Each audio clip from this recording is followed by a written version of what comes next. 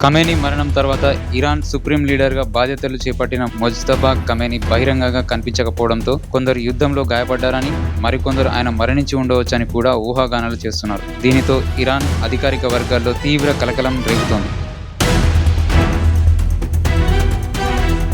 పశ్చిమాసియాలో ఉద్రిక్తతల మధ్య ఖతార్లో చిక్కుకున్న 1000 మంది భారతీయులు మంగళవారం సురక్షితంగా భారత్కు చేరుకున్నారు. ఖతార్ ఎయిర్వేస్ ప్రత్యేక విమానాల ద్వారా ఢిల్లీ, ముంబై, కొచ్చి నగరాలకు చేరుకున్నట్లు భారత రాయబార కార్యాలయం వెల్లడించింది.